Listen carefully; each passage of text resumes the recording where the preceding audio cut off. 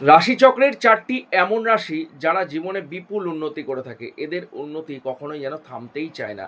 এরা যখন উন্নতি করা শুরু করে বাস আর কখনো পেছনে ফিরে কিন্তু তাকাতে হয় না।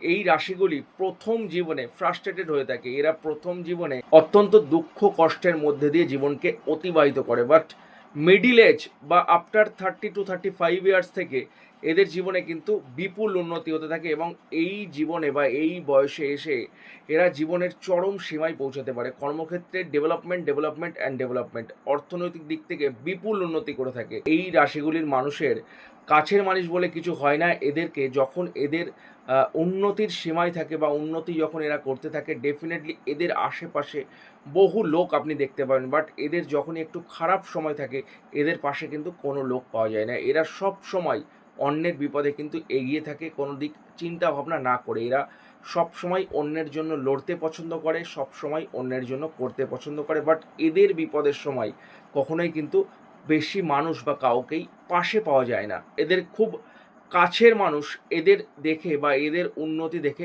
ঈর্ষান্বিত বোধ করে। তো এই রাশিগুলি কি জানেন? তার আগে সবাইকে বলবো অবশ্যই ভিডিওটিকে শেয়ার করবে এবং কমেন্ট সেকশনে নিজের রাশিটা লিখবে যাতে পরের ভিডিওটা তোমার রাশি নিয়ে হতে পারে। তো এই রাশিগুলি কি কি?